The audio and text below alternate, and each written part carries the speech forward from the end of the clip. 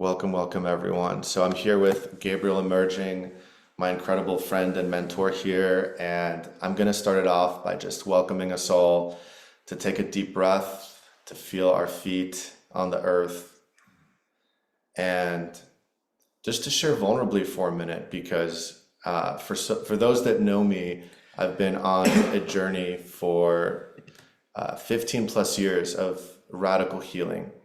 And I don't like putting labels on people, but if I had a therapist right now in front of me, they would definitely label me as severe complex PTSD as a big part of it because I've gone through so many different types of challenges and trauma throughout from before I was even, while I was in the womb as a child, from family, from business, from being threatened with my life, with health issues that almost killed me, from near-death experiences. And even though I've done so much healing work, there's been a part of me that's still been in fight or flight that I realized hasn't truly felt safe. And even in the last few days, I was doing a few sessions with Gabriel this week. This part of me that's always been there, it's kind of like a small child or baby that's been wanting to be held and never got to be held, has this pain that's been an anxiety that's been there.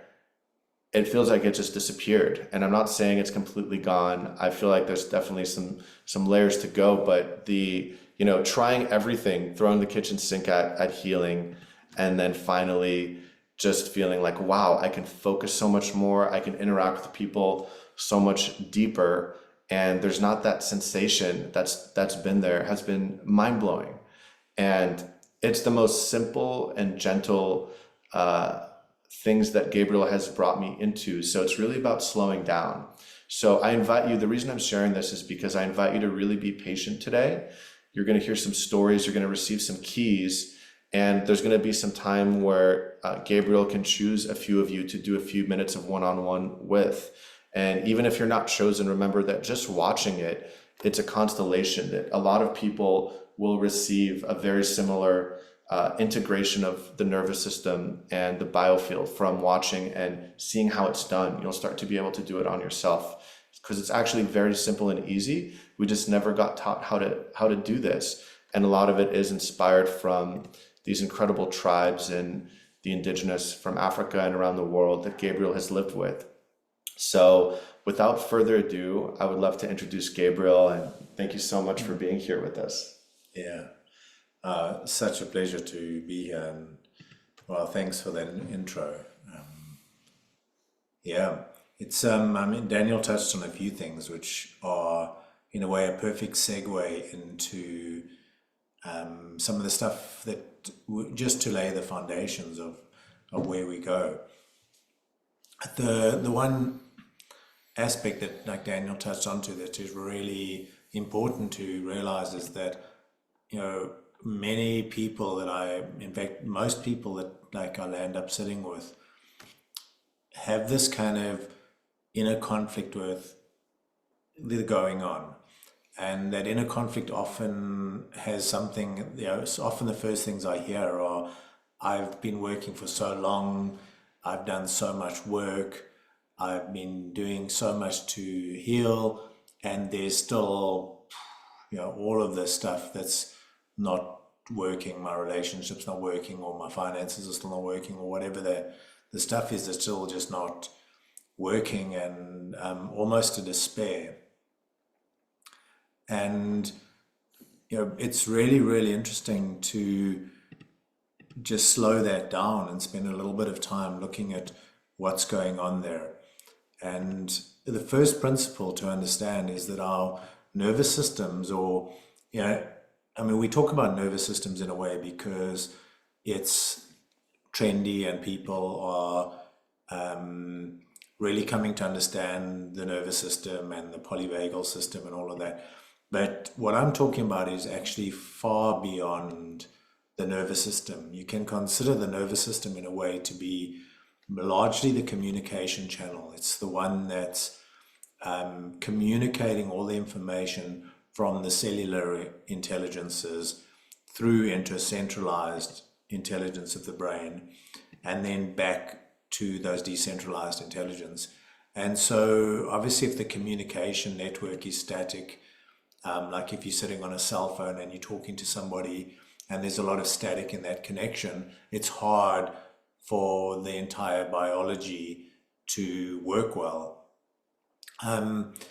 And so, yeah, I think it's appropriate that there's a lot of focus on nervous systems at the moment, but this work is actually far beyond the nervous system. We're actually really talking about the entire biological intelligence, which includes our biology, and Daniel touched on a little bit of our biofield. And over the course of the discussions today, we'll probably touch on all of those elements.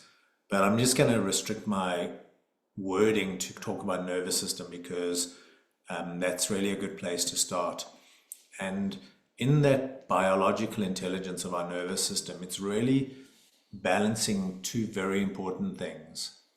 And the one thing that it's trying to do is keep us alive, to survive. And this is obviously a prime mandate of the nervous system, and some people would even call that ego. And I would tend to say healthy ego is exactly that. It's the nervous system's movements to keep us alive. And we have the other side of it, which is then the biological intelligence wanting to thrive. And these two intelligences are like the left and the right of a bicycle. So what we're really working with is these two intelligences that are somehow learned to move and compensate with each other. And if we start to go too far left, we get a balance to the right. If we start to go too far right, we get a balance to the left.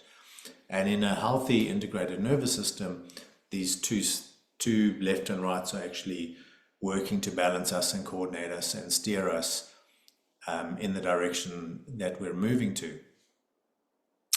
Then the actual definition that I use for trauma is when there's some event that has happened in our lives that were multiple events, or some of the deepest traumas are actually environmental trauma, where it's almost unnoticeable that any event happened, and typically neglect would be one of those. And I use the word neglect, and probably in a slightly different way to what most people are using the word neglect. So I will later define neglect, but essentially, that type of trauma that has built up, what it results in is the mechanism that is trying to survive has to actually shut down information that is in the body when we're young. And the reason why it has to shut it down is that as a young child, in the womb, first few years of life, right up until, we all know, 13, 14, we're still developing a nervous system. 21, there's still nervous system development going on. Right up until 28, the medical system is talking about clear nervous system development that's happening. So our nervous system is continually developing over these years and enhancing, creating more capability. But for a very young child, we have no capacity to regulate the nervous system. So any neglect or trauma that happens to a young child lands up having to be isolated, and it's isolated until the information gets received that it is now safe.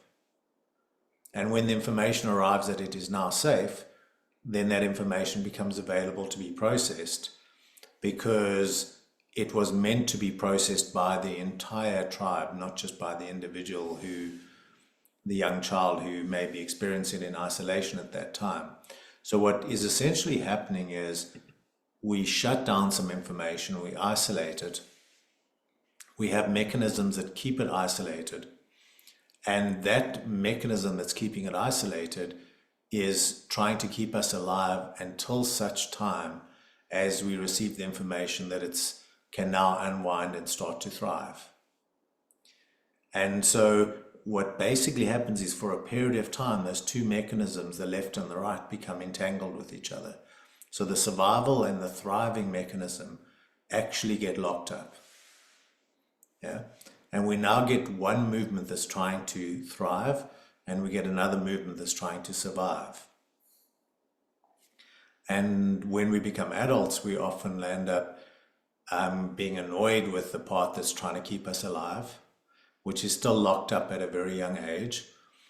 And we're trying to get the one who's thriving to actually be able to thrive. But the more that we push against the one who's trying to keep us alive, the stronger the one who's trying to keep us alive remains, and actually gets stronger and stronger and stronger.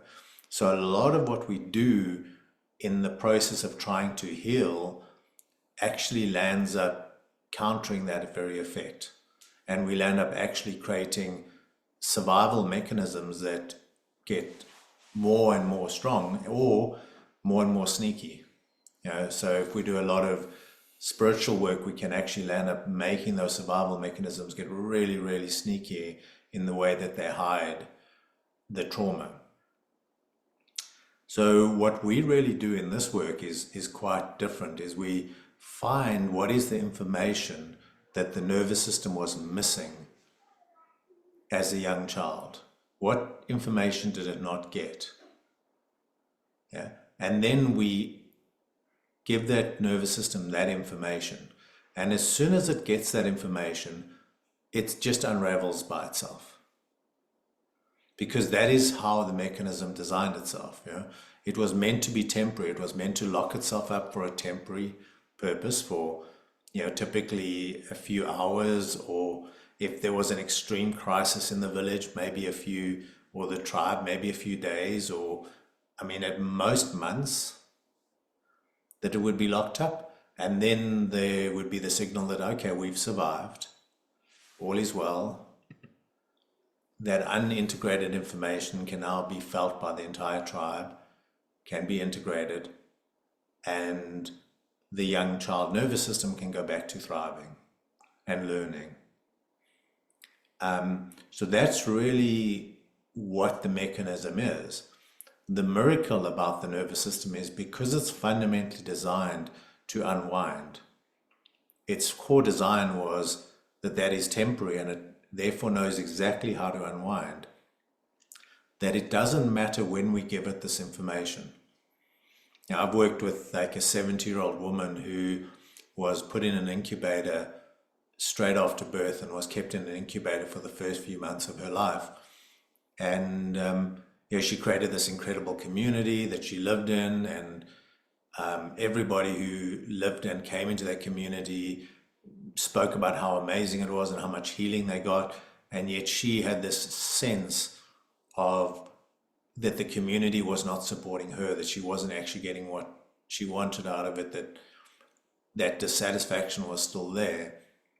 And after a few explorations of really meeting the young child who got isolated in that situation with no touch, no presence of the mother, no nothing, like nothing that a young child would have expected, as soon as that information got met, it started to, that thing that had been in her, her whole life, just started to untangle, and her experience of her community just started to shift dramatically. And she could suddenly feel and experience the magic of the community that she had created. And I tell this story in particular because there's a few threads to it. The one is that her nervous system somehow knew that what she needed was a community of loving presence. She needed people who could be with her and could support her, because that was the very trauma that she was missing. And so her system was continually looking, how do I create an environment for myself to integrate this information? How do I create a healthy tribe? And she basically spent her life building that healthy tribe. But because she didn't actually get the core information met, internally she was still sitting with that trauma. And as soon as I could sit with her and meet that underlying trauma, her gifts actually came out, and her community and healthy tribe actually became truly healthy. And this is really the thing, is we blame ourselves so much for not healing or not achieving or not getting somewhere that we think we're supposed to be, when in reality what we're usually missing is a piece of information that our nervous system's never got, that it has to have for it to be able to take that next step. And without that piece of information, it will never ever be able to take that next step, because it needs it for its very growth to thrive. So the mechanism that we think that is blocking us, that is stopping at us, that's making us not succeed, that is replaying the same pattern again and again and again in our lives and all of that, that very mechanism is a mechanism that knows at some level that this piece of information that I need here is crucial, and without that information we can never truly thrive. Yeah. And so both these mechanisms, the one that's trying to survive and the one that's trying to thrive, are actually working for the same purpose, which is trying to thrive. And when they've got locked up, they've just come to some confusion as to what that process is. It's almost like they've got locked at that stage, waiting for the information that they need so that they can untangle and continue in their journey. And the magic of this intelligence is that it doesn't matter what age it happens at. We could have a trauma that was in the womb, and we can get the information at 70 years old, and the nervous system will still just untangle and create a beautiful life from there on.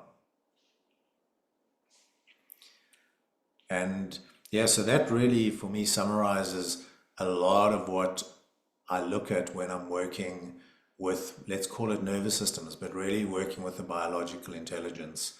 And part of the biological intelligence is the non-biological intelligence, or what I call the biosphere, which is it's a different type of biological intelligence. It's not the kind of meat and bone type biological intelligence, but it's the biological intelligence that is a non-local adaptive intelligence, which traditionally people called the aura or the auric field, but nowadays scientists call it the biofield. And the reason I bring up the biofield is it's really, really important to understand that we talk about information being transferred from nervous system to nervous system or body to body, but what's really happening is the information is being transferred from a biological intelligence like the cells into the biofield, and then two biofields interact with each other, and then from that biofield information is transferred into a different biology. And the magic about the biofield is that it is non-local. In other words, it's a quantum field. Some people call it scalar fields or scalar waves, if you go into the science of it. But this biological intelligence of the biosphere is a fractal. So right now, Daniel and I are sitting next to each other. We each have our own biofield, but at the same time, we have a biofield which is the collective biofield that is both of us sitting together. And then there's another fractal out, which is that everybody that's on this call right now is also in a bigger biofield. And then there's another fractal that anyone who watches these recordings is also part of a biofield. And all of those biofields are interacting with each other and are coordinating what is being said and what is being done and where we go. Yeah. So as an example, when I come onto one of these calls, I don't really prepare like what I'm going to say in some sort of a linear format. I'm really coming onto a call and starting to listen to the biofield of the collective intelligence and speak into that biofield. And this really comes back to what a tribal elder would be doing in, sitting around the fire, telling the origin stories. But, those origin stories are not told the same way every time that they get told. Yeah. The children will listen to the same origin story hundreds of times. The adults will all come around and sit and listen to that origin story again and again and again, because each time it's told differently. It's told with what is uniquely going on right now. What is here going on for the tribe in this moment, for the earth around the tribe, for the forest or the deserts or whatever environment that that tribe is working on and living in. And so these origin stories have a pattern to them. They have a cadence, you could say, but the uniqueness of each time it's told is relevant to the particular time that it's getting told, based on the biofield of the entire, let's call it the tribe, and then the biofield of the environment that they're in. And when we link that all the way back down to early development trauma, we talked about, like let's talk about, let's say, neglect, where a mother is not really present fully to a child. And I'll tell some stories later about what I mean by presence, because it's, what we think of as being present with a child in the West is quite dramatically different to what an indigenous person living in a healthy tribe would understand in presence to be with the child. But where the mother and the father or the caregivers are not really present with the child and present with its needs, for the child, that feels like there must be a dangerous situation going on. There must be a potentially life-threatening situation going on. And so the young one has this, can feel that life-threatening situation, because the only reason a mother would not be present with the child is that the mother is feeling like there's a life-threatening situation going on, or the caregiver. And so the child is in this process that, there's a life-threatening situation, but the child does not have the nervous system to make an assessment of whether that life-threatening situation is actually true or not, and whether they can relax now or whether they've survived. So their system would just stay in this life-threatening situation and it would overwhelm them. So because they don't have the nervous system to regulate, what they're actually doing is they're being regulated by the entire tribe, by the biofield of the entire tribe, and then on one fractal, the biofield obviously of their environment, the forest or the desert or whatever environment they're living in. On a bigger level, their direct caregivers, typically, let's talk about mother and father, but it could be uncles and aunts, older brothers and sisters, but the direct caregivers, they're part of that biofield. And so the young child is actually part of a bigger biofield, and that bigger biofield is co-regulating that child.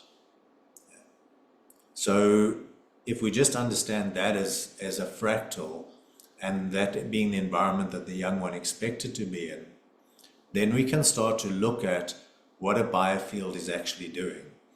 Because for many of us, if we think about a field, we have this very static view. It's like, you put a magnet down, you put some iron filings down, and then you get some sort of a shape. And then that's the field. But actually the biofield is this intelligent, adaptive, living organism. It's like it grows, it shrinks, it changes, it has the capacity to stop things, it has the capacity to do redirect information, it has the capacity to filter information down, it has the capacity to amplify information up. And this is all happening before any of that information has come to the biology. The biofield is actually filtering out all of that information. And anyone who's studied any reasonable amount of martial arts, of Tai Chi, Qigong, or actually any of the martial arts, really starts to understand that a lot of martial arts is about working with the biofield and training the biofield, training your dantian or training the various aspects of your biofield. But we actually primarily in martial arts are training the biofield because it's the outer sensory organism. And the interesting thing about the biofield is that the very outer layer of the biofield is this stage of conception. So the outer layer of our biofield is actually a membrane, and that membrane is actually starts at conception. And then we have layers and layers of the biofield that develop over the years. So when we talk about nervous system, there's a direct correlation between the nervous system development or the biological development and the development of this biofield and its capacity to filter information. And so the very young child was expecting to be in a biofield where the information was being filtered by a healthy tribal family biofield, so that by the time the information reached the young one, the information had already been filtered and assessed and addressed by an adult nervous system or an adult biofield. And for most of us, we landed up in a situation where our caregivers had, ill-formed or not really healthy biofields, even though they may have been absolutely loving, caring parents, which, I know with absolute certainty that both my parents love me dearly. And in the way that they know how to express love, they express that love as best as they can. And yet they were unable to bring the type of presence that my system needed as a young child for healthy development, because they were allowing information to get to my young child that was unhealthy for my young child. And if they had have had a healthy biofield, they would have been filtering that information out so that my young one, who was part of their biofield, would only be receiving the filtered information of a healthy system. Yeah. What we often do with our children is we kind of treat them as little individuals that are like almost fully developed, and their biofield just doesn't have yet the capacity to filter or adapt to any of that information, and their systems land up being overwhelmed. And I'm not talking about like in the ranges of abuse or any of that. That's a whole nother level. I'm just talking about what most of us would call a normal, healthy Western family. I think some people are wondering, how does an adult filter their biofield for themselves or for a child? Just to explain that briefly. Okay, beautiful. Excellent question. So, in fact, the biofield is filtering itself. It's doing it by itself. There's nothing that we particularly can do in the moment to filter our biofield. But what we can do is train our biofield. Yeah. And so let's briefly sort of wrap that through. The information comes from the biofield into the biology, and then from the biology back to the biofield. So we basically have a feed-forward loop. What the biology is doing, let's just take an adult biology that is healthy. We get information from the environment. The information resonates with information that's in our biofield, and maybe that information is resonating with information that said, so this is a potentially dangerous situation. So in that resonating, we get a high amplitude of information flowing into our body.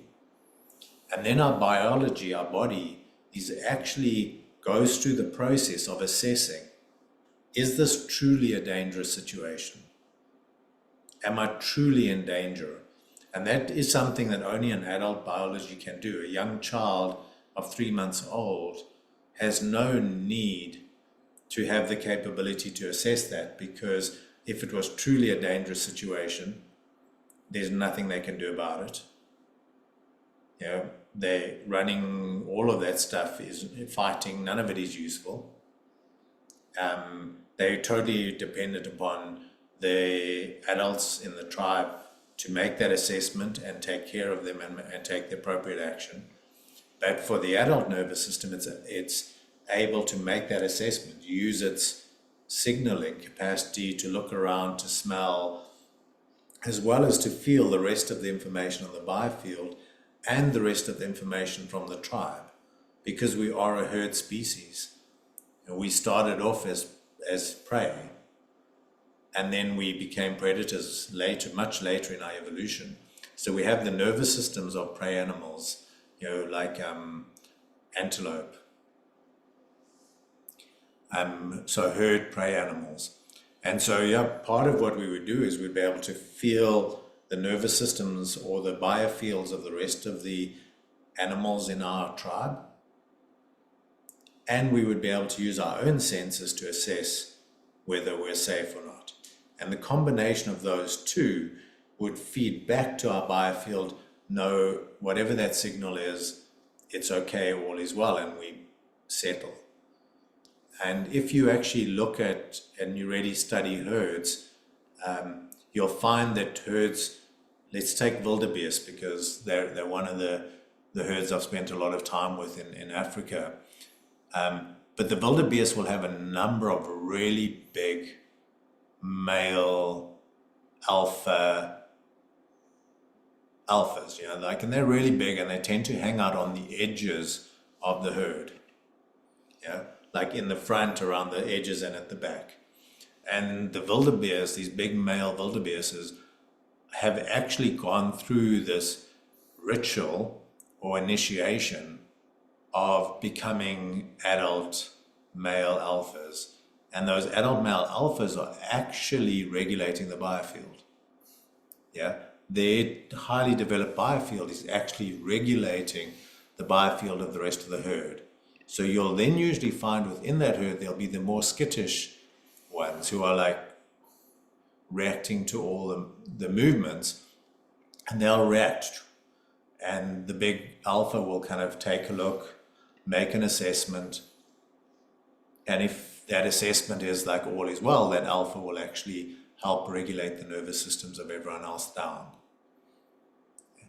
And the same processes would have happened in any herd species, where you see it in baboons is another group of animals that I've spent a lot of time hanging with.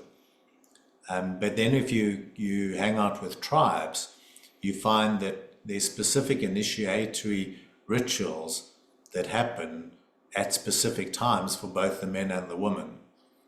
And these initiatory rituals happen at specific stages of growth of the nervous system.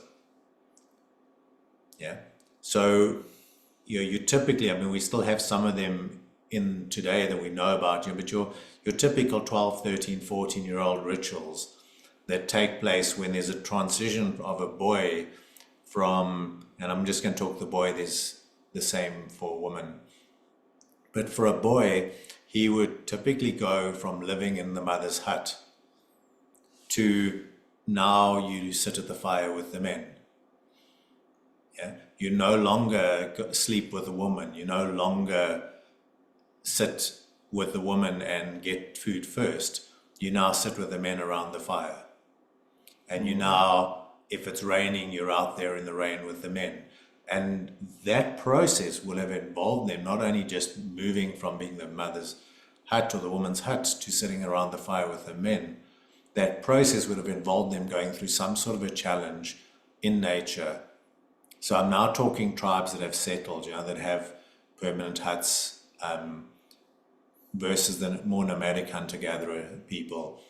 But that young boy will have had to go and spend some amount of time living in the bush by himself, going through a process of becoming really comfortable with the fact that he could live for 10 days by himself in the bush, defend himself, hunt, eat, find water, do all the things that allow him to become confident in his own capacity to keep himself alive.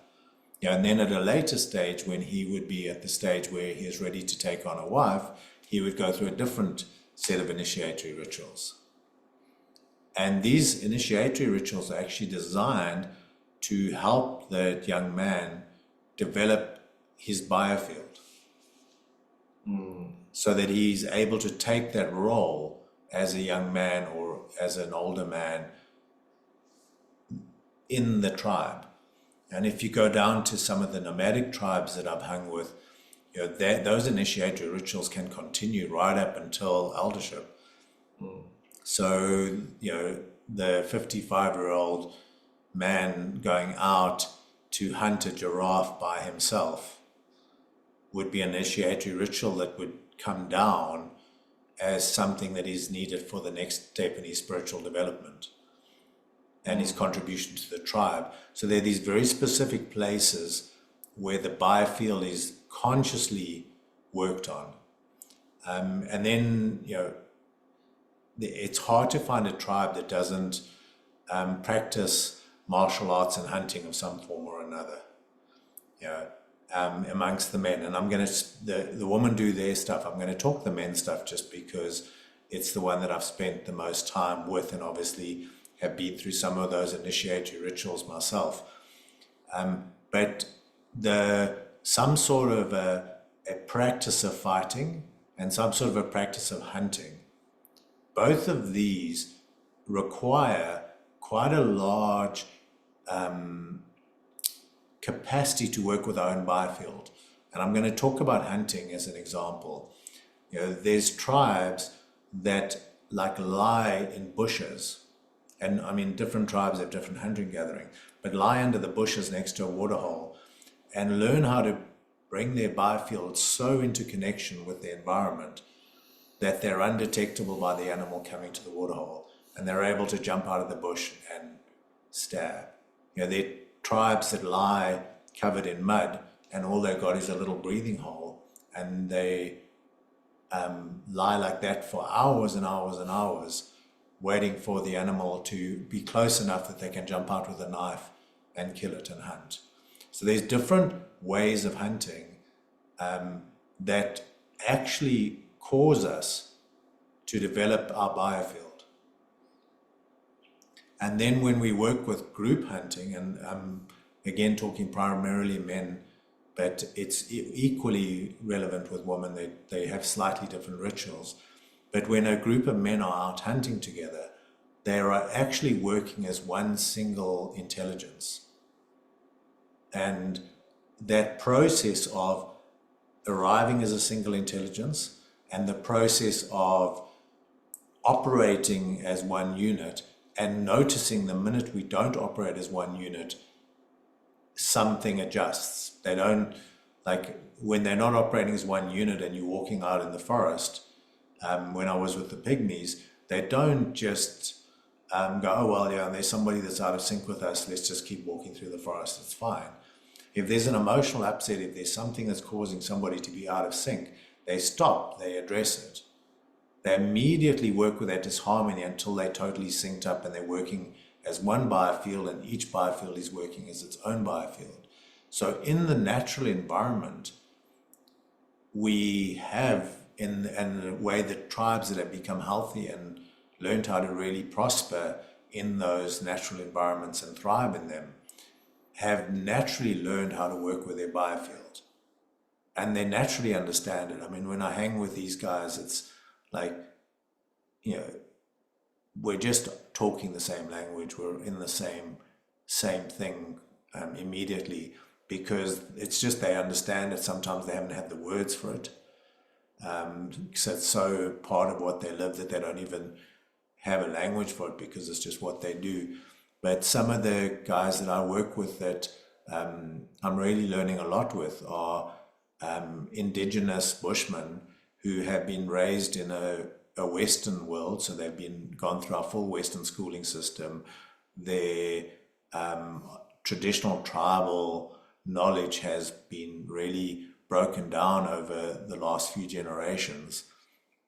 And they're in the process of going back and rediscovering their indigenous wisdom back into their tribes, and where those pieces and those keys have been kept and have been saved. And they're really, really fascinating, because they're able to communicate fully as Westerners, and yet they've still been brought up in a somewhat tribal setting, with a lot of that tribal indigenous wisdom only being a few generations away, that still has come through. And these guys are actively going back and finding the keys that they're looking for. And when I hang with these guys, they understand all of this stuff. It's like they haven't learned it, they haven't studied it, they understand it as a fundamental part of how it works. This is a great point to just take a breath together, because and some people are asking in the chat, right? Someone above had a really great question that said, can an adult learn to regulate their own nervous system, or is it always going to have some dependency on your environment / relationships / tribe? And I think we have a collective program, especially in the West, where it's like, oh, you got to be independent, you got to do it all yourself. And I think a lot of it is, there's a lot of work you can do on yourself that only you can do, but also we were designed to live in communities. And when I started working with Gabrial and some of the facilitators that he's trained over the years that are now my best friends, within minutes, I realized I was starting to learn how to co-regulate and feel safer. And all of a sudden we were telepathic together, and so many phenomena started emerging in a very short amount of time. And people are asking, we're actually going to be starting a class shortly to actually take you through these different levels of integrating the nervous system and biofield. We're also going to be talking in a few minutes, as we lay the foundation, about how this actually, not just with intimacy and with community, but with manifestation, with increasing your capacity for abundance with money, because it's all tied to feeling safe and being regulated. So can you touch on just briefly in that question about, people are like, do I have to do it all myself, or do we need someone else? Yeah. How does that really work? So from my experience and from my teachers in the West, so I've spent a lot of time hanging out with tribal people, but actually a lot of, or most of what I've learned of this stuff actually comes from having worked with some of the leading somatic practitioners in the world. People have been in this for 40, 50 years and really were part of the group that innovated in this space. And what we found is that you cannot actually do this alone. Yeah. You have to be with another nervous system that has the information that you are missing. Yeah. And do I have time to just expand on that a little Please. bit? Yeah. Okay. So essentially, let's go back to that very young child. For whatever happened, let's say the child ended up in an incubator for 3 days, straight after birth. So the child was physically isolated, which at that stage of its life, it expected to get touch. It expected in a natural environment to be lying on its mother's chest, to be breathing with the mother, to be, for its biology, right at the close, because its biofield is still very small, to be right up against the mother's body, receiving touch, learning how to breathe, learning how to digest food, learning all of these fundamental things, like that, learning just how to be loved and how to get attention as a being who's now separate from the mother, but is still part of the mother's biofield. So physically now there's a separation. So it expected to get all of that information, and it didn't get it. Yeah. That information that was missing is fundamentally important for that young child to thrive. Yeah. It's fundamentally essential. Without that information, it can't actually fully flourish. And the child will spend a reasonable amount of time trying to get that information. Yeah. And the magic of it is that in a healthy tribe, it would have got that information once the crisis was over. But in a lot of the Western world that I've been working in, that young child never got that information. We didn't recognize as a system that 3 days in the incubator caused a major break in the child's development, and that there's certain compensations and meetings with that child that need to happen afterwards for that child, for that information to become integrated. And so when we become an adult and that information is still not integrated, that young part that isolated itself just after birth is looking to the outside for the information it needs. Because when it was at that age, it needed the information from the outside. So it's fundamentally looking to the outside. So what we really do is we meet it from the outside. And once it's been met from the outside, we then teach the adult nervous system how to meet that young child. So it's actually both sides that we're training. We have to train the adult nervous system, which also got isolated from that young information. And we have to train the young child, that young nervous system that isolated that information. So we train both. But the movement starts with the young information being met on the outside by an adult nervous system that has the information that it was missing. Once it's satisfied with that, then we can train the adult nervous system how to meet itself. And once it has learned how to meet itself, then it can start to do that by itself. But the first move actually needs another nervous system. And it's not just any nervous system. It has to be with a nervous system that has the information. And Daniel kind of touched on, let me just click a button here. Daniel touched on the fact that that we might be talking about intimate relating, but in intimate relating, we often land up with people who are exactly the ones who are unable to give us that missing information. And we are looking for it from them, but they're actually the ones that are unable to give it to us because we are matching our own perception of what we need, which is the mother or father that we didn't have. And we're finding that on the outside, and then that young nervous system is still trying to get them to meet it. Yeah. And when we actually get an outside nervous system who has the information, who can meet it, a lot of the dynamics in intimate relating start to clear up.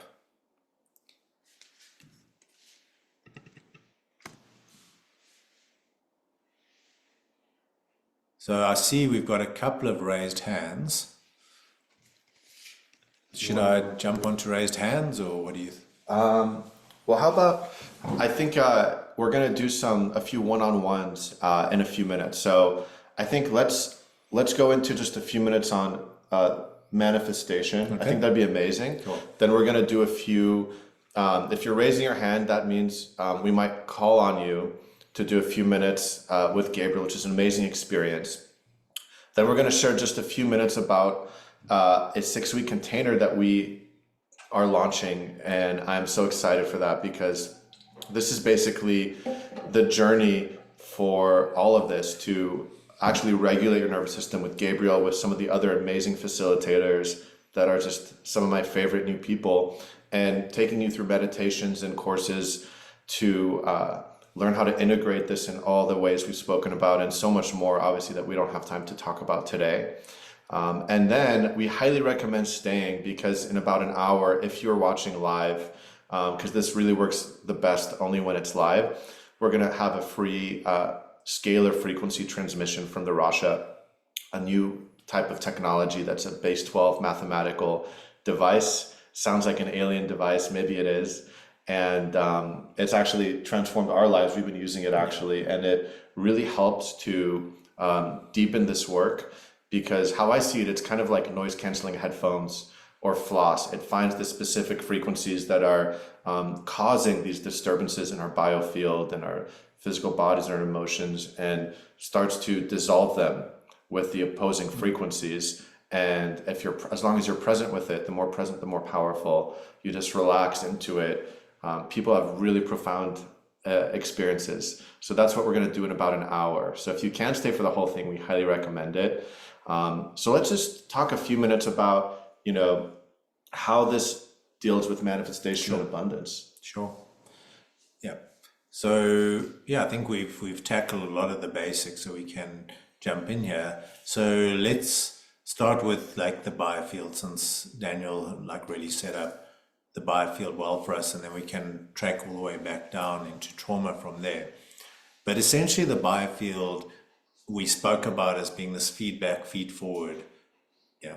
So there's a biological intelligence that's very physical. It lives in a very physical form, and it's, we can touch it and feel it, and it's blood and flesh. And the experience of the biology then updates and informs the biofield. And the information from the biofield is both being transmitted out from the biofield into the universe, and it is receiving information from the universe back into the biofield. Yeah. And the biofield is actually doing a lot of work on what information coming from the environment gets amplified and what information coming from the environment gets squashed, gets toned down. And so this is actually being done through, and I'm not going to go into all the technical details because I don't want to lose everyone, but I want to just touch on enough of it so that we can understand what the Russia or the scalar technology Daniel just introduced is doing. But we're actually in the biofield at whatever age that trauma occurred at. We've got a frequency interference pattern that is vibrating. And it's got a certain pattern that is particular to that trauma. And so when I'm sitting with somebody, I feel that frequency interference pattern. And from the way it feels, I get a pretty good idea of what and where that came from. I really can track what age it's at, and I can really track the type of thing it was. So many times I've been feeling that, and since we've been talking about incubators, I'm going to use an example. I've been talking that, and suddenly I'll say to somebody, have you ever been in an incubator? And sometimes they haven't been in an incubator. I had someone, I said, have you ever been in an incubator? And they were like, no, I haven't, but my father was in an incubator for 3 months. And that information from the father is still sitting in the biofield. So I've kind of introduced two things there. I've introduced some ancestral information, but also the biofield. So we're sitting here and this thing's vibrating. And if information arrives to that biofield that matches that interference pattern, it amplifies and starts to vibrate more and more and more. If our biology can then assess it safe, it can downregulate that. But basically that determines what we pay attention to. And so what our biofield, or at the quantum level, we're paying attention to. And what we're paying attention to in the quantum level is basically what gets created in our life. So if we've got a trauma that's sitting there and vibrating, and every time that information arrives, that trauma goes, and we start being in a situation of panic, fight or flight, blaming the other person, whatever those patterns are, blaming ourselves, collapsing, while that's going on, the universe is coordinating with us, with our nervous systems, with our biofield continually to bring more information to us so that that trauma can integrate, so that that trauma that's stuck in the biofield can integrate. So when this continual feedback loop between our biofield and the bigger biofield of humanity and the bigger biofield of Earth and the bigger biofield of the universe, and these biofields are just continually working with each other to synchronize the maximum opportunity for us to thrive. And sometimes the maximum opportunity to thrive is to bring up our trauma that is unintegrated so that it can become integrated, and that when it is integrated, then we have the capacity to thrive. So, I mean, that's a very, very simple, paint through of what's going on. But then if we jump into what Daniel spoke about with Rush or the scalar waves, what it's basically able to do, as I was actually looking for this technology, so maybe this little story is going to help, because it's really a story about manifesting in its own self. Yeah? I went through a very deep process in October last year that really took me into the types of places where in the Western world we might want to call psychosis.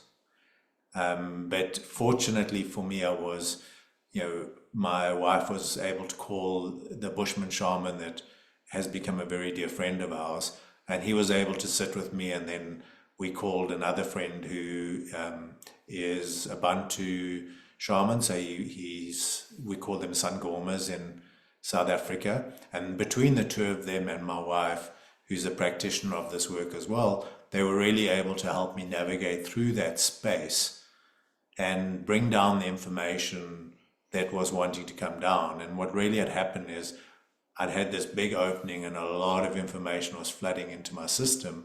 And with all of that information was flooding into my system, there was a lot of unintegrated trauma that was suddenly being touched that I needed support with, but also there was a lot of access to other dimensions and realms that was somewhat new for my system, that I needed the support of the shaman and the Sangomas to really help anchor.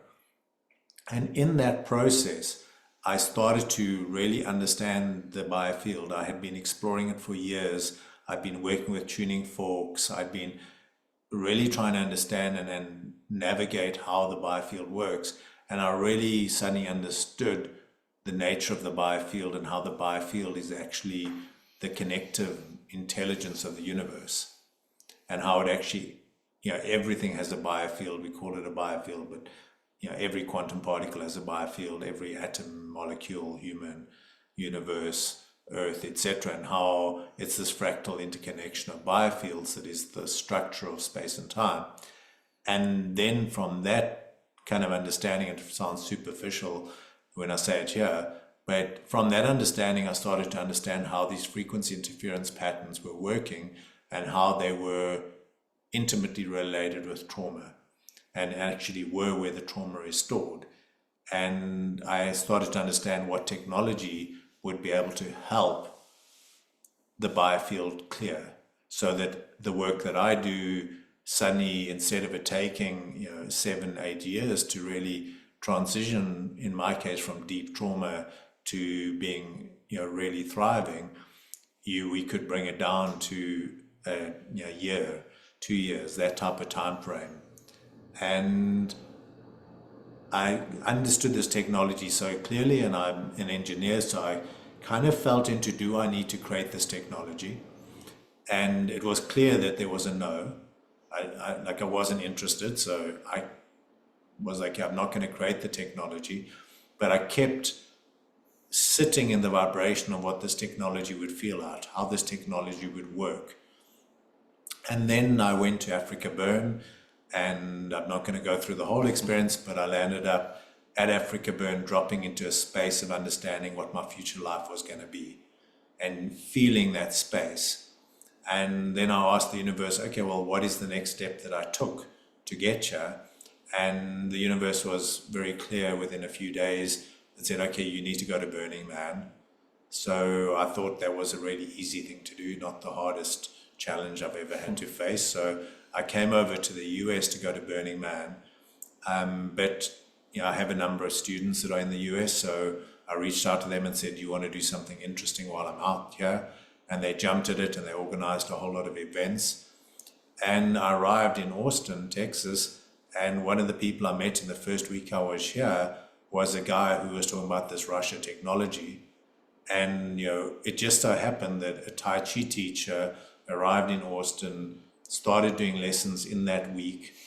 My one student is an avid martial artist, so he found out about, he's one of the leading jiu-jitsu guys in this area, and he found out about this Tai Chi teacher and said, well, let's go and check him out. And Yannick, the guy who was doing the Russia, happened to come and be training with us as well. So we landed up in this group training Tai Chi together, and at the end of the Tai Chi started to chat and realized that what he was describing as what the technology did was exactly what I was looking for. And we were speaking about the same thing from the different sides, and we've become best friends since then. And Daniel's one of his friends, so Daniel and I became friends. Through Yannick introducing me into certain circles that I met Daniel through. So I think Daniel actually told Yannick about the body party, probably. Yeah. So Daniel It's so told many Yannick things about happen. that, and and Yeah. Daniel and I ended up meeting. And that really is like the way that the universe just weaves this all together. Yeah. From the biofield, that's the information, and it starts to just weave and link exactly the right people together in these miracles. And it's always doing that, and it's really about how can we just catch that wave more and just relax into it with our nervous system and tuning into the biofield. And even though I was doing that to some capacity, it's, for me personally, just skyrocketed in the past month from this work. So wow, I'm just so excited to keep sharing this. The manifestations that have happened, I've been seeing visions for years of things happening for me, and I wasn't able to really catch it for some reason because I didn't feel safe. As many of you have realized, part of our nervous system can be protecting us from the things we want the most. And so it's like finally like, oh wow, like that's how I'm just like, we call it a wow portal, just a constant wow every day as these things are unfolding. And so really excited to share this with you. And how do you feel about going into a few one-on-ones? Sure. Absolutely. Okay, I think, and just before we start picking a few of you intuitively, you can start scanning them here. This is a constellation, so we're all connected. Last time we did this last week, so many people were just crying and getting profound healing experiences just from being a part of witnessing one person.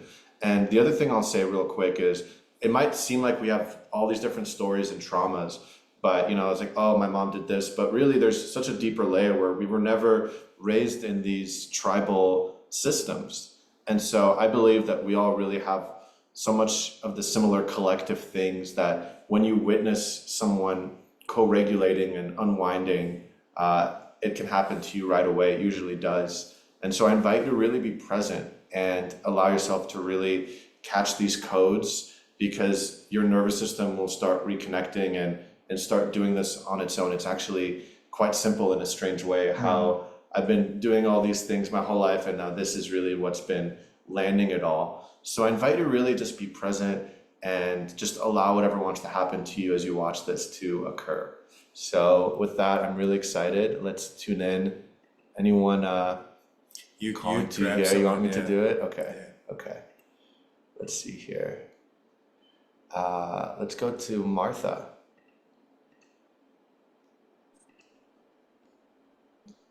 Martha, are you there? Yes, I'm here. I'm trying. Okay, there. Go. Okay. Thank you. Hi. Hi. Hey, Martha. Hi. Can you say something? I'm not sure if we can hear you. Oh, yes. Can you hear me? Just play with our volume a bit. All right. Say something again. Can you hear me? Yeah, it's perfect. Okay. Okay, good.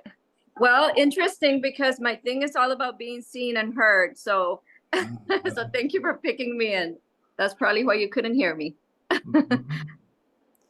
Yeah, technology is definitely part of the intelligence. Yeah. Uh-huh. So just as we arrive, just noticing what is here in your physiology right now. Mm-hmm. Just in terms of sensations, feelings, emotions. And noticing your physical body, how your bum is on the chair, how your arms feel, how the clothes feel on your body. Just that physical touch.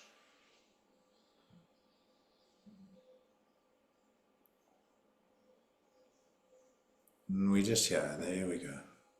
Mm-hmm. And then noticing, that's the one, there we go.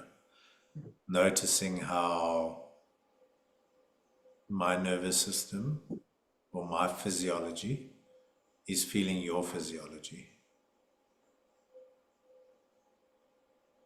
Can you sense that? Yes, it feels like a hug or a pat on the back, like Nice. not alone. Yeah.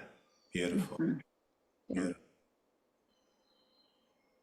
And then just with that sense that my system is feeling your system and that your system can feel my system feeling your system. Yeah. Do you notice what starts to shift in your chest?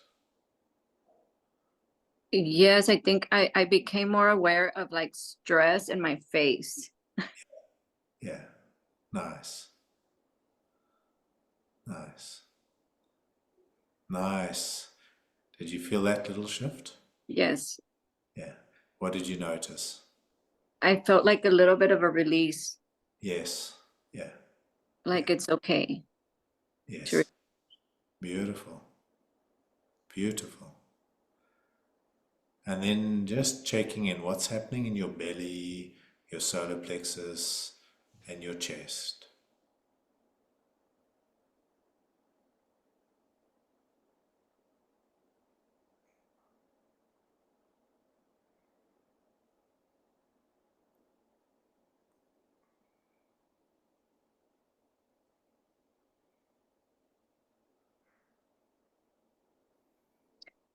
I'm noticing a lot of tension on my belly area, Mm-hmm. Yeah. like a ball in the center. Yeah. So let's do that one slowly. So there's this ball in the center. Mhm. If you show that to me, you showed it beautifully with your hand. If you show that to me with your hand again, uh, Yeah. there's this ball in the center. Yes. And then if we take that ball and we squeeze it as tight as it can go, just really squeezing it, just like, and noticing what happens as you squeeze it.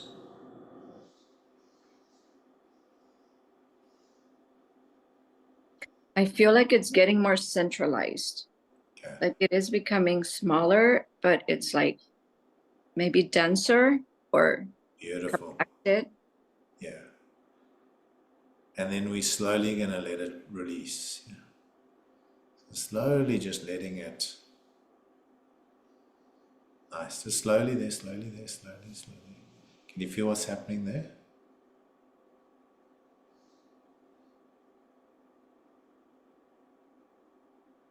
That one you're on there now. Mm. Beautiful.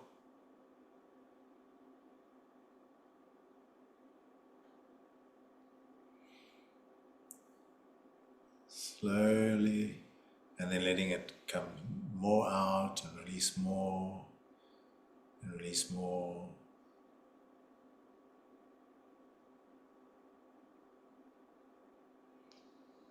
Okay, so for me, something is starting to happen in the chest.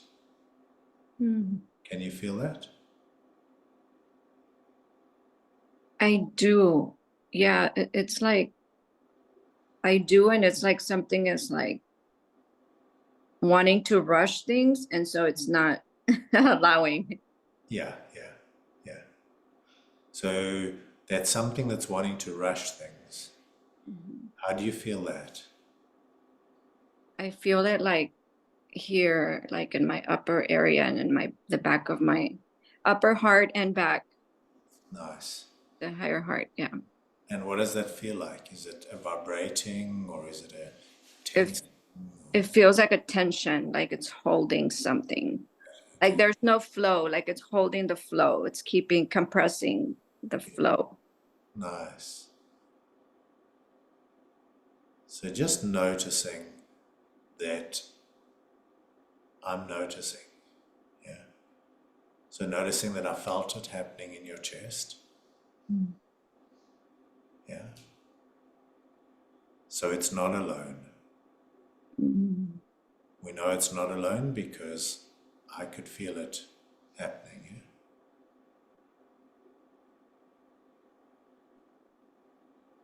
That's the one.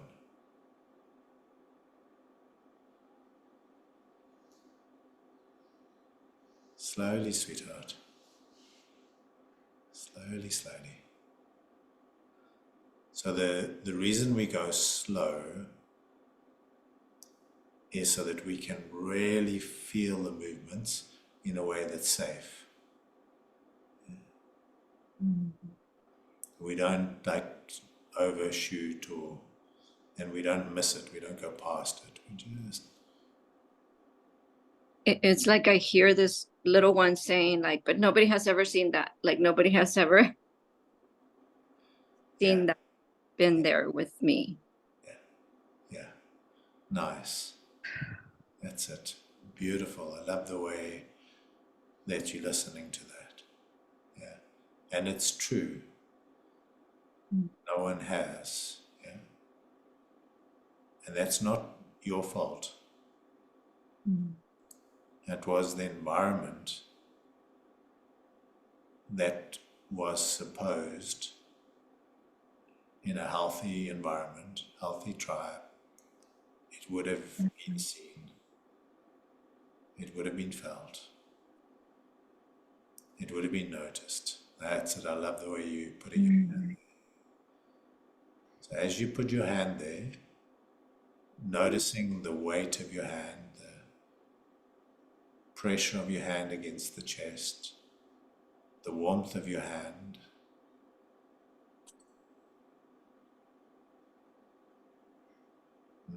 beautiful. And for me, you just started to share that more. Yeah? Can you feel that?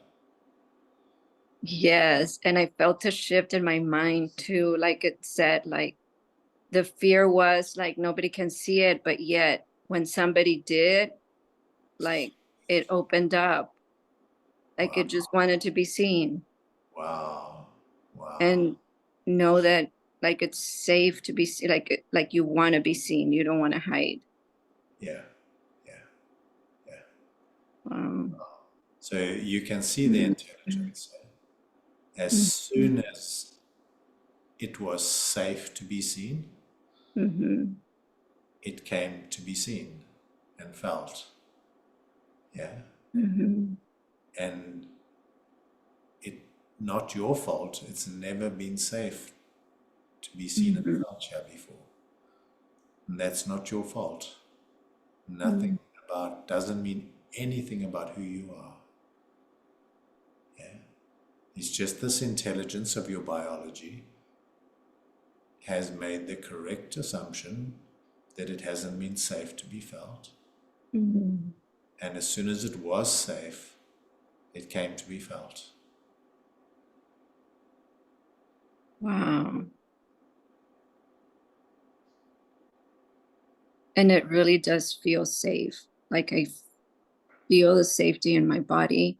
So even my mind is like, wow, like it's all it needed. Yeah. Yeah. Wow. That's it. So we're letting this wave come as well. Yeah. Letting that wave come. I can feel this wave. I'm with you. You're not alone. There's a big, long adult nervous system here with you. And there's a big, long adult nervous system there.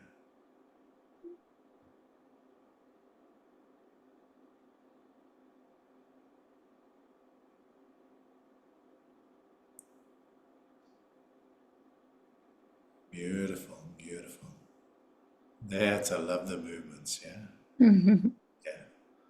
Allowing your body to move as it needs, just trusting its intelligence.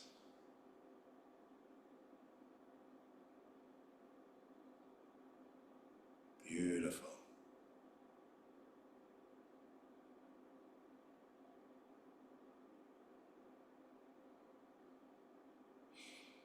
Nice. What's happening now? I am feeling like the vibration, like my lips are trying to vibrate and like Yeah. I feel like I've never felt my face so much, Yeah. like the actual vibrations of my face. I've never felt that before. Wow. And like I'm feeling an opening of my neck area, which just to like move. It's like it was stuck here. Yeah. And now it's like I'm feeling more like wow, like yeah, and it feels yeah, and it feels safe. Like Yeah. it feels safe. It feels safe to be like in my face, in my skin. Wow. Oh my gosh, like this is amazing. It's and I actually started feeling it since the call started. Yeah. Like just by being in the space, like I started feeling okay, something's happening here, Yeah. right? But this is yeah, it's beautiful and it's like very powerful. Like I'm starting, I feel feels like soda pop, like just Yes. bursting. It's going Yes. up Yes. through my face, like it just wants to keep going. Yeah. Wow. So that's called life, yeah? Life. That's called being alive, that soda pop and the face being alive and yeah, yeah, the expressions on your face are just delightful. Yeah. Wow. Yeah. Thank, thank you so much. And I somehow knew I was going to be picked. So, Daniel's a master at picking exactly the right person. thank you so much. I mean, it feels amazing. Thank you. Word. Thank you so much. It's such, oh, just such a pleasure being with you and having this moment. That was incredible to Yeah. feel. So much fun. Who Yeah. here felt that in your own body? Yeah. Yeah. Yeah, I already feel better myself. We're gonna tune into someone else in just a moment, and I wanted to take this time because a lot of people are asking because you can all experience it too. This is a class, but also it's experiential. Like you can start to see everyone can get called on to co-regulate and do this type of unique process in their own way with Gabriel and or some of the other incredible facilitators that he's trained or has trained with him with incredible systems like this. And so we just put it here. It's dreamporting.com/thrive. So we have a special right now where you can do this 6-week course with us. It starts in about 10 days from now on the 27th of November, and it's all live. And I'm focusing all my energy on this. And even though the other courses and things I've done have given people a lot of benefits, I feel like this is just a whole new level. And I feel even that this is a great foundation to do even more advanced spiritual work. So, and there's an option where you can actually bundle it. So you can do the 6-week course, or you can also do it with the Rasha with 6 weeks of these frequencies. And that's the part where there's no new information. You're basically just laying there and bathing in these frequencies, which I love doing and I do regularly, and so does Gabriel.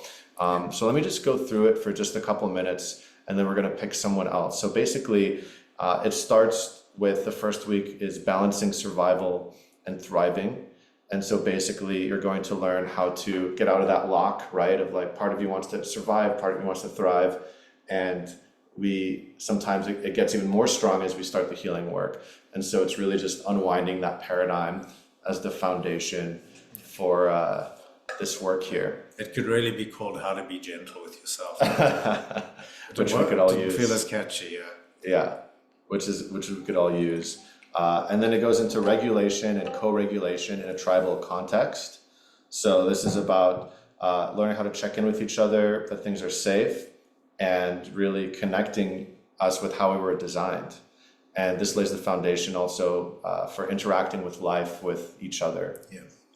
So we just saw a little bit of an example there of co-regulation, yeah, of how a nervous system that has information can meet another nervous system, and something that's been stuck and caught in that nervous system can then just suddenly detangle and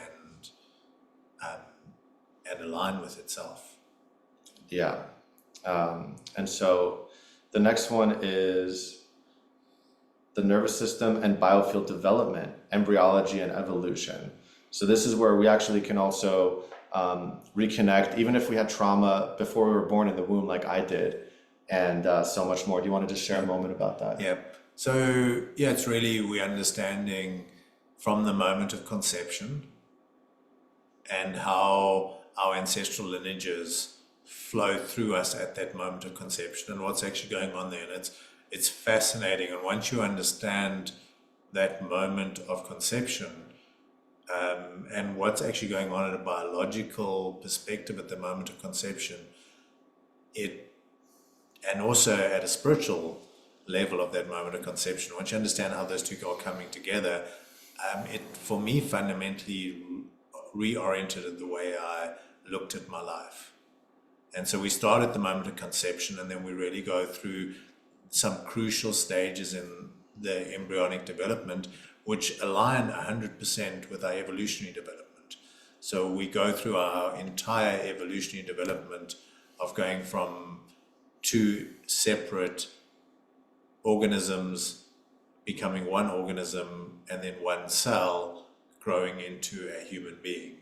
And that takes our entire biological intelligence from the beginning of life, of a single cell. Yeah.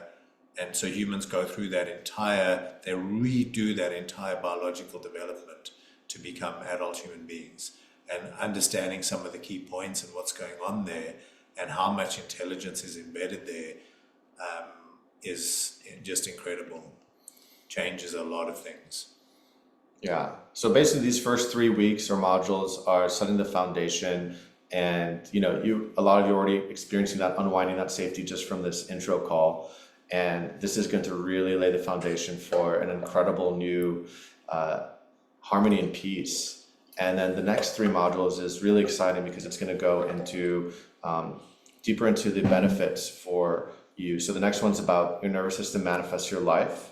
And so we're just going to go really deep into how that works from the biofield and how to really attune back with how God or nature created us, because we're meant to thrive. So this is really now going into thriving as we're unlocking those defense mechanisms and all the things like the rushing program that I've had my whole life, right?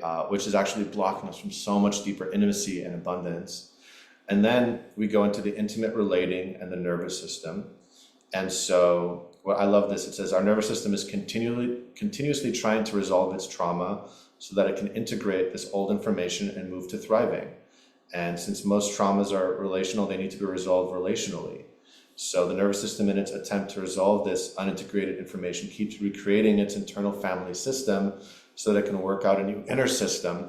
And who here has had the same relationship over and over, right? Like we're dating our parents. Oh my God, that's the last thing we want to do. But it's just trying to play it out until we align it. And so this is really this is what has completely transformed my relationships. I have an entirely new friend group. I could go on for hours about this alone. And so this is just so important for everything that we've been doing all this work for, but it all starts with the nervous system and feeling safe. And we're going to really dive into it. And again, these are classes, so you'll learn all about this. There'll be a meditation to integrate it. But I think most importantly is just being in the field and actually co-regulating and in your somatically actually unwinding and integrating it each time you go about this. And then we have, I think, over a dozen bonus, actually more like 18, 19, times in different days and times throughout the 6-week program, where Gabriel and the other facilitators are going to actually be able to hold you with some one-on-one time like we're doing here to unwind, for everyone to be able to experience this and receive that unique support. And then the final one is financial abundance and your nervous system. And I think that really, speaks for itself, but anything you want to just share there? Well, I mean, just to touch in, so the incredible intelligence of what we're actually in the Western world is mind-boggling, because we kind of got rid of a lot of the hardship and these initiatory rituals, and we replaced that with trauma, yeah. and actually neglect and various other forms of trauma and abuse that caused people to have to go through an incredible journey of learning how to work with their biology. And in the process of working with trauma and learning to work with their biology, they're actually learning everything that they need to manifest the life of thriving, because it's the same biological intelligence that caused the trauma, that locked things up, that learns how to unlock itself. It's the same biological intelligence that grows into manifesting and thriving. And so we almost have created trauma as a way to train ourselves to work with our biological intelligence in a way that we could thrive. That's incredible. So that is starting on the 27th. You can learn more about it, dreamporting.com/thrive. And for people that are joining, if you want to take a moment to invite some friends and just share the same Zoom link, in about 30 minutes, we're going to do the frequency technology. And that's incredible for everyone, even if they just got on. So you're welcome to share that with anyone you love. And we'll just have one quick question here. Should I answer that one? I think that's a really interesting one. Yeah. Mm-hmm. So I'm not sure who it's from. Lorena. Lorena. So Lorena asked about, she's a somatic therapist and SE practitioner, and asking how this is different. And, obviously somatic experiencing is, the base of so much of what is happening in the somatic world at the moment. And Peter Levine is, he's the grandfather of all of this. And so much credit has to go to him for everything that he has done. And, I honor him in the lineage that I come from. And what's fundamentally happened is that, in the era where somatic experiencing was created, it got created as a course, and it needed to certify people, and it needed to operate within a paradigm that Western psychology, Western practices could understand, because he was bringing in something that was radically new and radically different. And that was super important for me to do it then, but it's not actually the way that nervous systems worked and work. The nervous systems actually work primarily through one-on-one transmissions, and then the appropriate information gets added when the biology has had the experience. So what we tended to do is land up giving a lot of information to the brain. If you take like polyvagal theory, and you can understand a dorsal vagal shutdown, you can understand all of this stuff in your head. But if you haven't had a felt experience of what it is to be in a dorsal vagal freeze, and what it is to come out of a dorsal vagal freeze, the amount that you can actually sit with somebody and help them through that transition is actually very limited. Because your biology doesn't have the information to give their biology on what that actually is. So the foundation of the work and the people that I work with, many of them actually are friends with Peter Levine and have been involved with Peter Levine for over 40 years. My teacher and Peter Levine go back a long, long way. But they went a fundamentally different route, which is, how do we directly work with the biology and then provide the information that the biology needs when it has the experience, and trust that instead of completing a course that has a certain set of things that you have to learn, which simulates our education system, we trust it's more like an apprenticeship.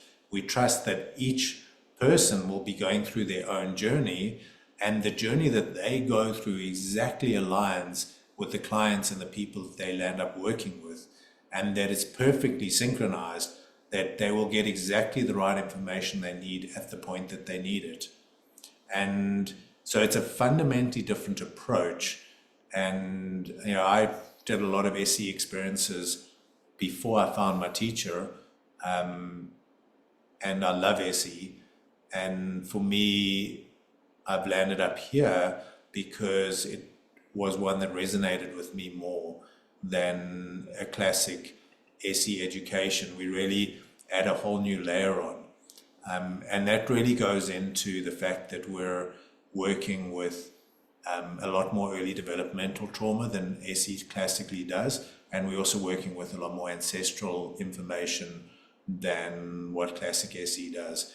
And we're also a little braver in that we are moving into how do you manifest an amazing life, whereas SE tends to be more of a therapeutic approach. And they're needing, and the role that they play, which is a very, very important role. I don't want anything that I'm saying to sound like I'm saying anything bad about SE, because it's fundamental and it's crucial, but it plays a very specific role, and we play a different role. Yeah, that's a great explanation. And this is really, it's not really a class as much as a journey to your own reconnection. And we're really excited about that. So let's tune into a new being here. How about Tay? Would you like to join us? Hi. Hi. Yes. Hey, Tay. Hello. I I've been struggling with relationship and manifestation, so I have been working with ayahuasca in the past, and it's taken me into regress states of being in the womb. It's taken me into being in a crib crying, So I've seen things, but maybe beings in that group didn't have this Yep.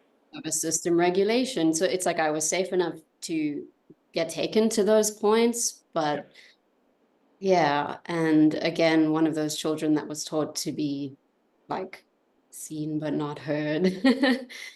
Yeah. Yeah.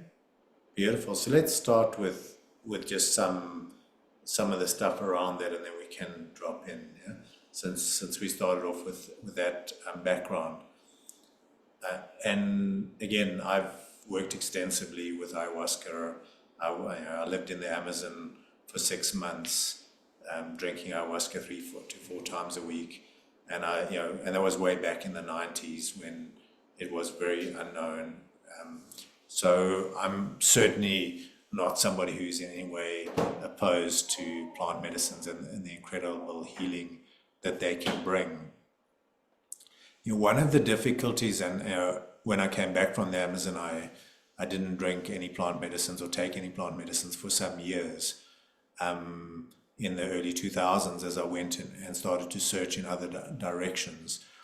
And the reason I really found was that after 6 months there, when I came back and went back into the community I was living in, who all drank ayahuasca together and all been drinking ayahuasca for some number of years, I noticed that there were a bunch of things that had never shifted.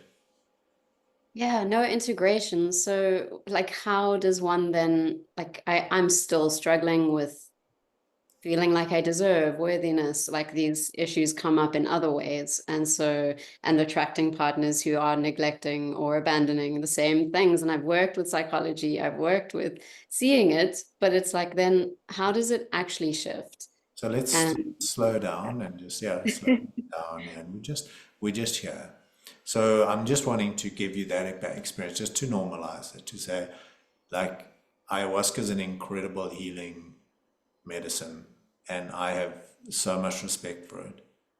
And many of the shaman that administer ayahuasca have never experienced in any traditional environment the types of trauma that Western nervous systems have faced.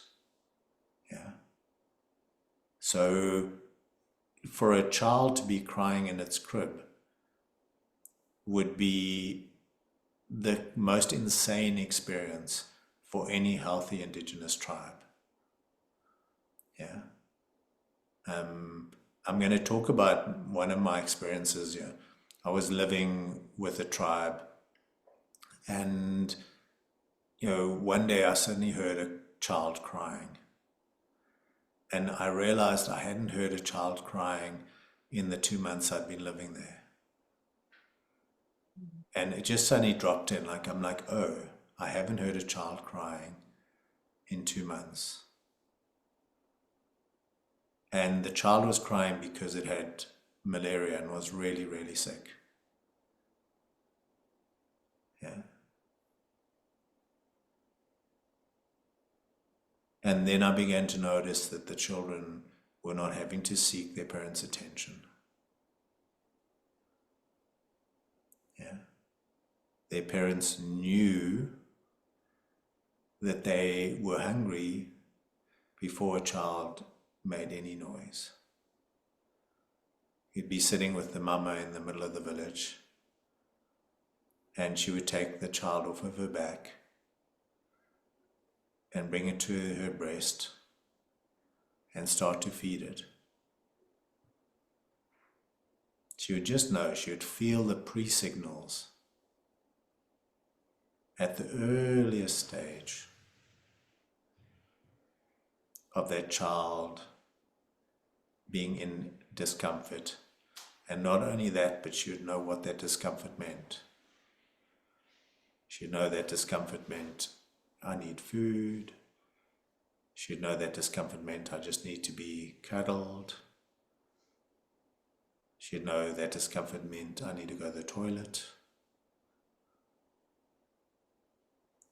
So they are so present to the disharmonies.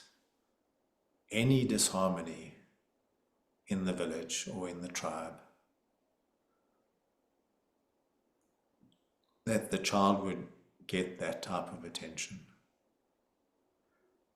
And that's the environment that your nervous system expected to be born into.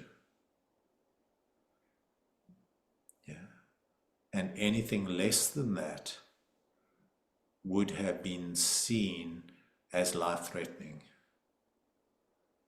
Even, I mean, the experience in the womb, there was a lot of information of, I don't know, hormones, chemicals that the ayahuasca gave to me that was my mom's. She was going through my father having an affair, and they were going to get divorced, and all of that was in my field in her womb. And I've also done a birth regression in which I was with my father very quickly after that experience. And yeah, he was very much a good relationship in my life when he came back into my life, but he was absent for the first 12 years. Yeah. So both, all of that. Yeah, all of that, yeah. Yeah. But then what to do? All of that. So we're just meeting it, yeah. We're just here. Yeah. We're just here. That's it. And again, in the womb, you know, for the mother not to feel safe and supported by the father,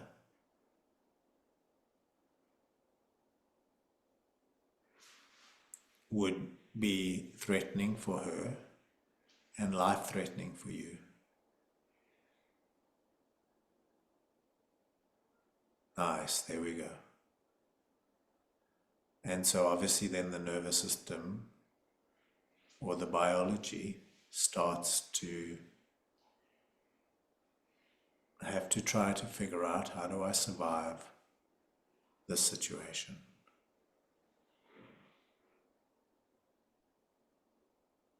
Beautiful, beautiful, nice.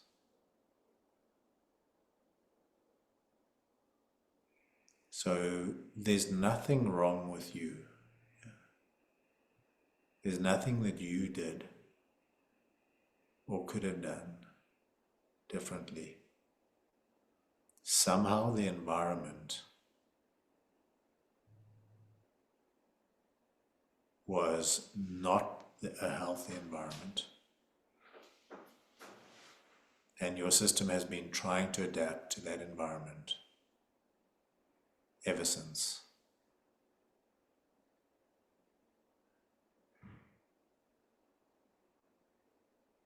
That's it. That's it. Slowly, sweetheart. Slowly, slowly. Yeah. When I'm saying slowly, it's not because we're doing anything wrong. It's because we're actually on the gold. Yeah.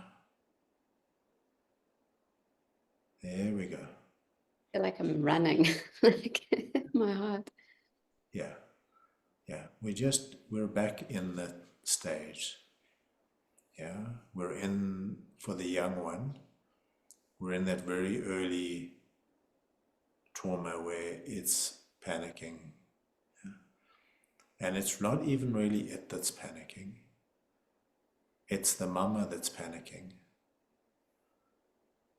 And the young biology is receiving all of those signals from the mama and has no way of doing anything with them.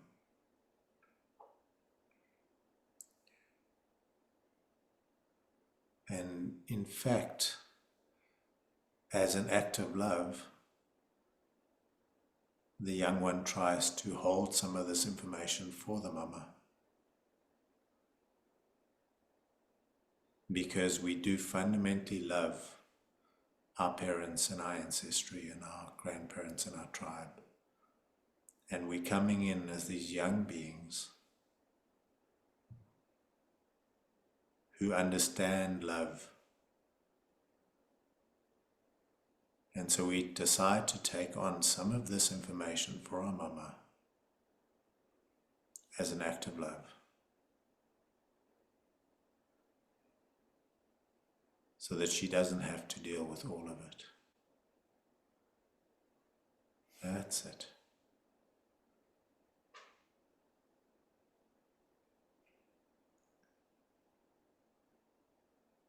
And then we start to learn as we become adults to turn around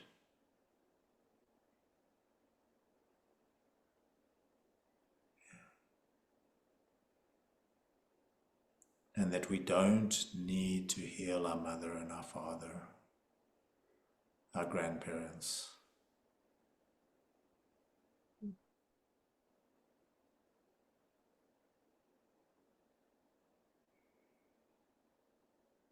That in fact,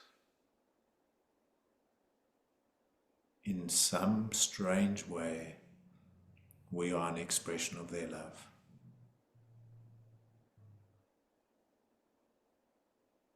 That's it. There we go.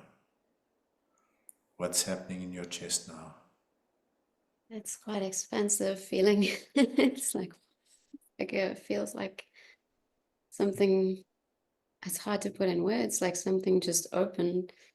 Yeah. Yeah. Yeah. So all that happened is we're facing in the correct direction now. Yeah. Your parents are behind you.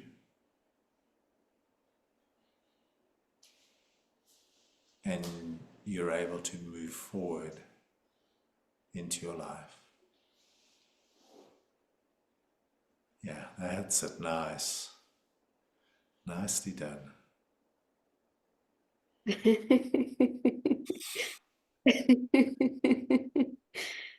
Ah. Oh, so beautiful. Oh, it's like a part of me doesn't believe, but it's like, yes. Oh, so awesome. Hmm. Yeah, Sure. amazing. Yeah. Wow. It's so beautiful how receptive your system was, yeah? It's so receptive and so responsive. Yeah. So you're one of the ones who got born with a very responsive, receptive nervous system. Responsive, receptive intelligence. And we're all born with different gifts because we have different roles to play in life. Yeah? And you happen to have got one of those very responsive nervous systems, which means it will take on that information from the parents more than other nervous systems because it's responding more as an act of love.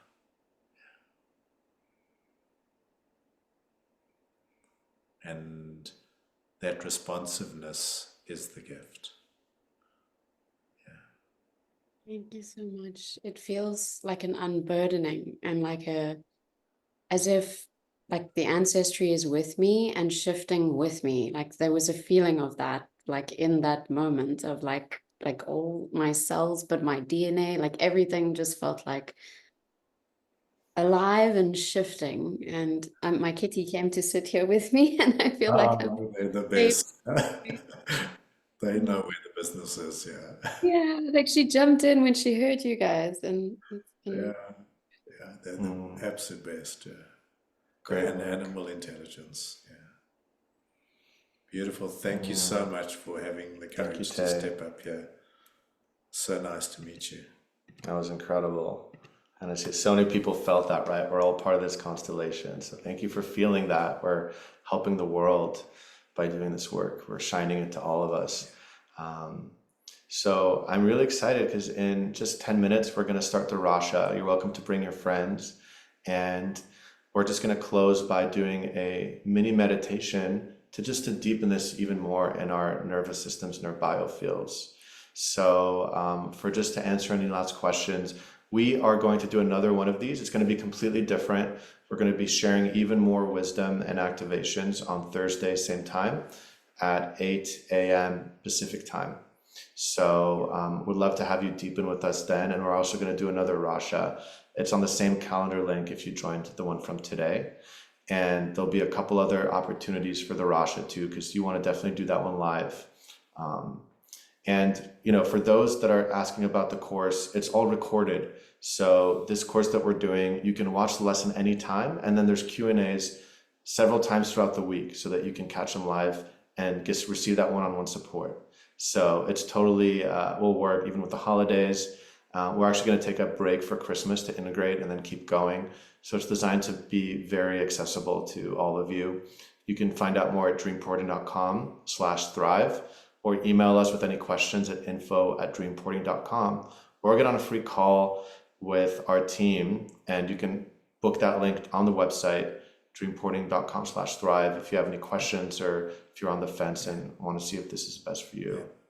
And just as an additional, we will also have the option of doing, in that 6-week period that the course is running, you'll be able to do one-on-one as an additional option, one-on-one sessions with some of my students or my wife. His wife is the best. Yeah, my wife's She's like a whole different level. She talks to trees and animals, and they come to her, and it's like insane. Because Gabriel's schedule is a bit full, people are asking for sessions. The best way to interact with Gabriel and receive this work is in the course, and then you can get an additional highly discounted package with one of those 3 facilitators, including his wife. You can choose who you want, who you're guided to. So we'll be sharing that information soon as well, and that's definitely recommended. That goes along with the course. And yeah. And because of the nature of the way we work as a networked intelligence, each person actually has really very different gifts. So there's an intuitive matching. It's not really hierarchical, better or worse. When I started this work, I was trying to keep sending people to my teachers, and they would go sit with my teachers for a bit, and I'd be like, well, they're so much better than me, did it? And then those people would come up and wanting to be with me because there was the match between us. So it's not a hierarchical thing, it's actually a match of nervous systems and where the optimization is for the entire intelligence. Yeah, so we're excited to share this with you. And let's just take a few minutes to drop in before the Rasha. So if you'd like to close your eyes, get comfy, and let's all meditate together to really breathe this in even deeper. So just taking a moment to really relax your face. Take a nice cleansing breath.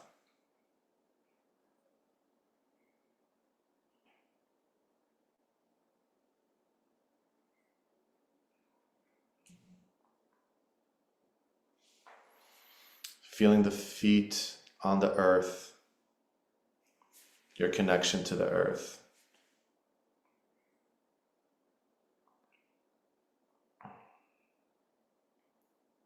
And let's take a moment of gratitude, because this is the recognition and the remembrance that there's nothing wrong with you, that you actually have a genius nervous system and biointelligence that has kept you alive. And whatever has happened to protect you was designed to unwind now. And that you're safe to just relax deeper in this moment and just trust that intelligence again, because it's already happening.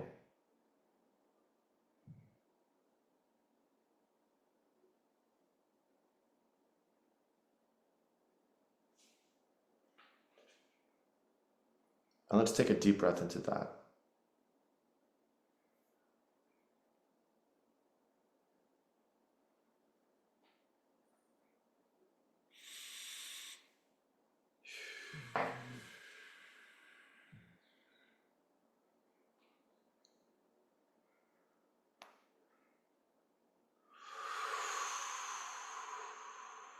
And just notice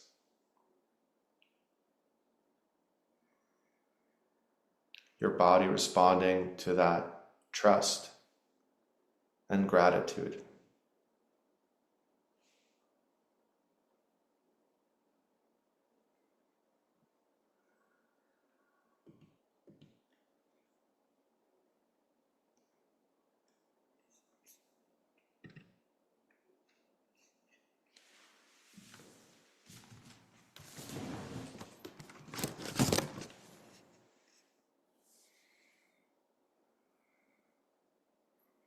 And we're going to take a deep breath into our hearts now. And just take a moment to speak to your heart and say thank you for trusting. Thank you for forgiving. Thank you for keeping me alive.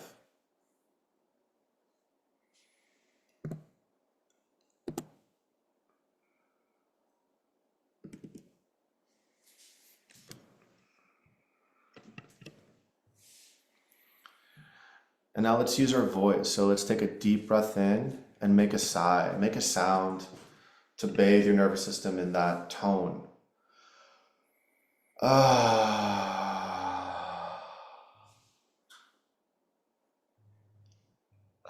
Let's do that one more time. Just take a loving deep breath in and make a sound that will help you relax even deeper.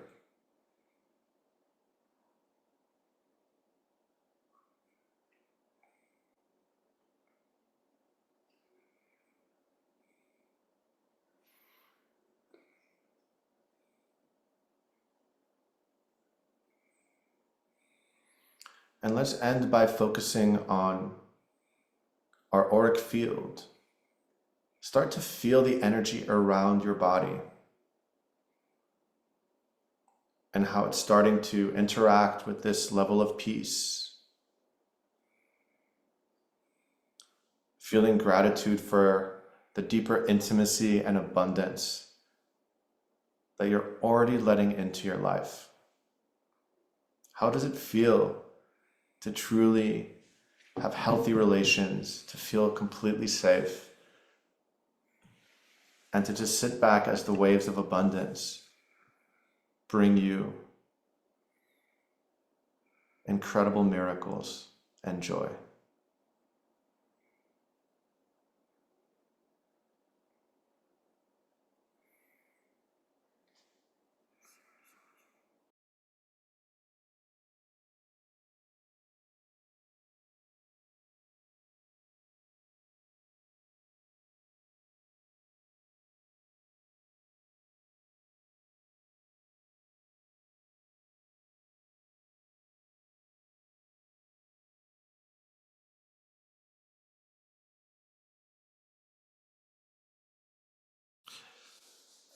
So let's fully take one last breath into our feet, grounding ourselves back fully into the body.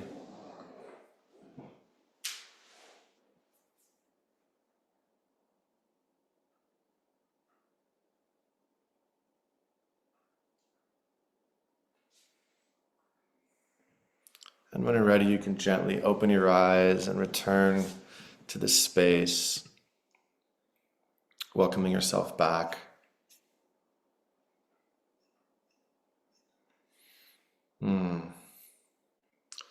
thank you for joining us in this first part of this activation today. And in a few minutes, I invite you to stay and go deeper because we're going to receive about an hour or so of these incredible scalar frequencies designed to interact with your biofield and your biology in very deep and profound ways. And I want to release all expectations, but the last few times we did this, we literally have dozens of the most wild testimonials, so it can be quite profound. So the best way to interact with this is just to be present, and you don't want to be on your phone or doing other things, right? You want to really just allow yourself to relax into it. So in order to best make use of this, if you want to take a moment to use the bathroom, shake, hug a tree, take some water, take a couple minutes here to really reset so that you can be present. Yannick is about to come and just take a few minutes to explain how it works for those that are new here, and then we'll go straight into this activation. So I'm really, really excited. And again, this is recorded, so this first couple hour segment here, you'll be able to watch and receive. And then if you're watching this recorded, there'll be many more times, including this coming Thursday, and several other times where the Rasha will be live, because it really works live. We don't want to do that recorded because it's not just the sound. And by the way, you definitely want to have headphones if you have them for this next part, but if you don't, it still works. Headphones work even better. But the scalar technology interacts because you're agreeing to receive it. It's quantumly entangling you, apparently, with that field. And I can't say for sure I understand how that works completely, but I do see that it keeps working profoundly when you do it live. And so really excited to have you experience all of this. So we're going to have Yannick come on in just a minute. I'd love for you to take a moment to take a deep breath, reset, do whatever you need to do, and we'll start back up here in a moment. And thank you all for joining us. It's been an honor to be with you today.